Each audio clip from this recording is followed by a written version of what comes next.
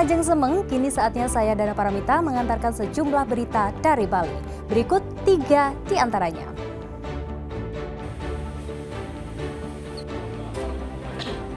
Identitas mayat yang ditemukan terdampar di pantai Gilimanuk, Jemberana akhirnya terungkap.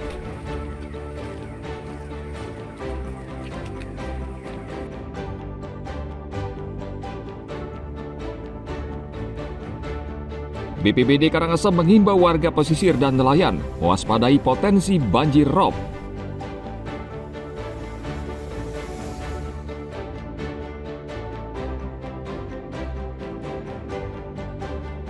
Ajang MotoGP Mandalika belum memberikan dampak terhadap peningkatan kunjungan wisatawan ke Karangasem.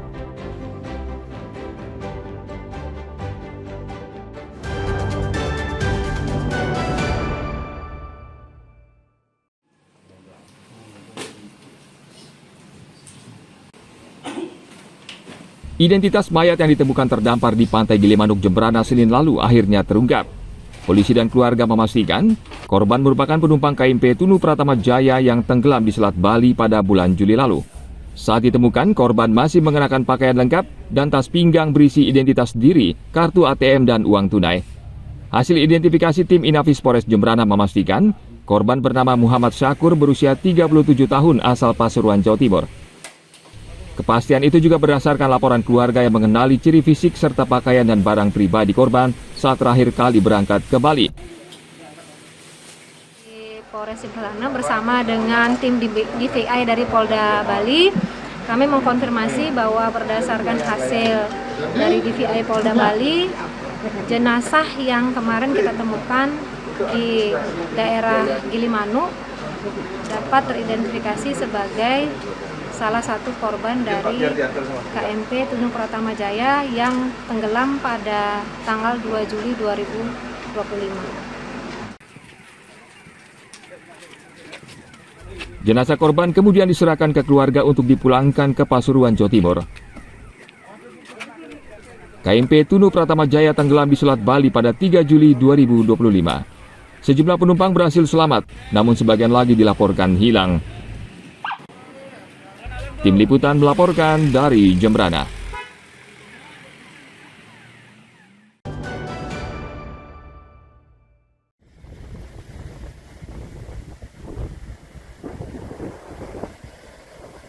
Badan Penanggulangan Bencana Daerah atau BPBD Karangasem mengimbau warga pesisir dan nelayan mewaspadai potensi banjir rob selama 4 hari ke depan. BPBD Karangasem sudah memetakan potensi bencana di beberapa daerah pesisir diantaranya pesisir Pantai Amat, pesisir Ujung, pesisir Pantai Seraya, pesisir Pantai Pasir Putih, dan pesisir Pantai Lepra, Desa Bukbuk, Karangasem.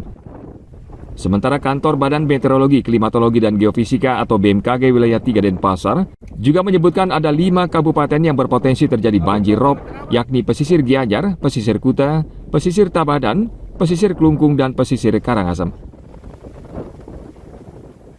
Nah, pemerintah Karangasem melalui BPBD menghimbau kepada masyarakat pertama yang memang tinggal di daerah pesisir pantai untuk selalu memperhatikan kondisi cuaca atau gelombang pada saat pagi dan sore hari yang memang cenderung terjadinya banjir rob.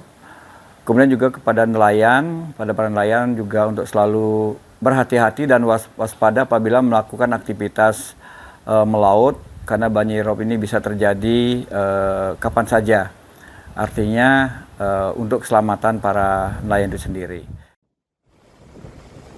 Potensi banjir pesisir yang terjadi di 5 kabupaten ini bisa berbeda waktu dan hari, namun diperkirakan terjadi dari tanggal 7 hingga 11 Oktober 2025 mendatang.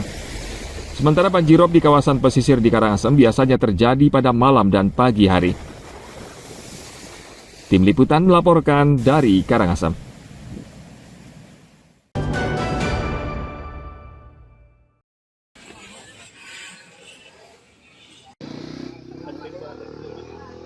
Bangunan villa yang berdiri di sempadan sungai di Canggu, Kuta Utara, Bandung kembali menuai sorotan karena diduga mencoplok bantaran sungai seluas 5 are. DPRD Badung bersama pemerintah daerah bergerak cepat menindak pemilik villa yang diduga melanggar tata ruang karena bisa memicu bencana banjir. DPRD mengancam akan membekukan izin usaha jika terbukti bangunan tersebut melanggar tata ruang dan meminta fungsi sungai harus dikembalikan seperti semula. Sudah ditindaklanjuti oleh Satpol PP kita di Kabupaten Badung terkait adanya pembangunan yang keluar dari SAM, sehingga mereka melakukan pencaplokan lah istilahnya ke badan sungai kita yang ada di sini. Rencana ke depan, Pak? Rekomendasinya seperti yang sudah didengarkan tadi bersama, tegas harus dilaksanakan pembongkaran, harus fungsi atau keadaan sungai dikembalikan seperti semula sebelum adanya pembangunan ini. Deadline sesuai dengan SOP yang sudah sering dilaksanakan oleh Satpol PP kita. Sementara itu, investor pemilik villa mengaku pihaknya tidak membangun villa, melainkan menerima peralihan hak sewa atas villa dan tanah sesuai sertifikat dan tidak berada di bantaran sungai. Rekomendasi dari Dewan kami apresiasi sangat baik, tapi langkah ke depannya yang akan kami lakukan mungkin akan menempuh jalur hukum. Itu kan kita 29 Agustus 2024 itu kan melakukan pengoperan hak sewa secara notaris. Nah, di bulan Oktober itu kita melakukan pengajuan namanya PKKPR. Di bulan Oktober itu pengajuan PKKPR bahwa ternyata di zona itu diperbolehkan untuk pembangunan villa.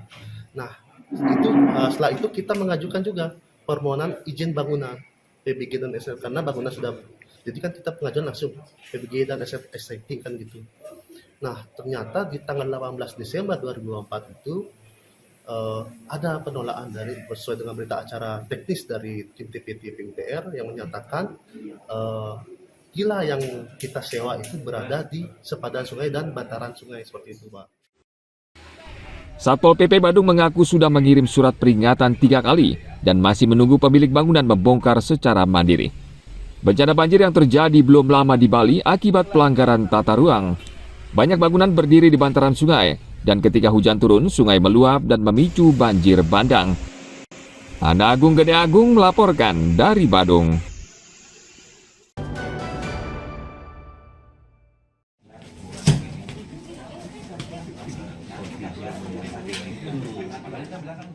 Untuk memastikan proses pembangunan proyek pemerintah berjalan sesuai dengan rencana anggaran biaya, Bupati dan Wakil Bupati Kelungkung sidak ke 9 titik di Kecamatan Kelungkung dan Kecamatan Banjar Angkan.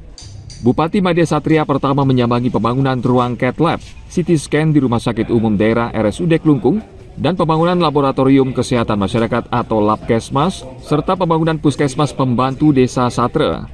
Bupati dan Wakil juga meninjau rencana pembangunan Balai Kulkul, Balai Pesandekan, dan Balai Gong di Purawatu Klotok Kelungkung.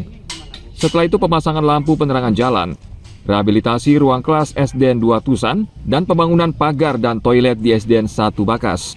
Terdapat beberapa proyek yang mengalami keterlambatan dan Bupati meminta rekanan agar bergerak lebih cepat tanpa mengurangi kualitas pembangunan. Bupati juga menugaskan pihak terkait untuk mengawasi proyek secara ketat agar tidak asal-asalan.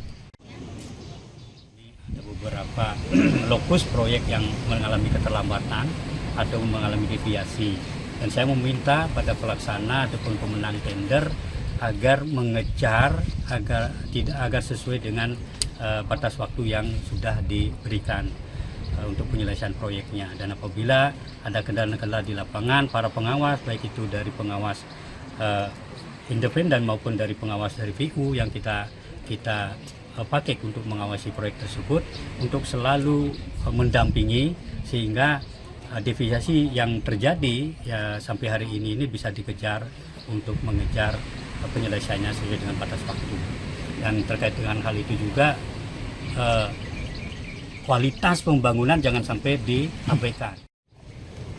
Pengawasan dan evaluasi pembangunan infrastruktur, sarana dan prasarana pemerintah Kabupaten Kelungkung dilakukan untuk memastikan proses pembangunan dan material yang digunakan rekanan sesuai standar. Tim Liputan melaporkan dari Kelungkung.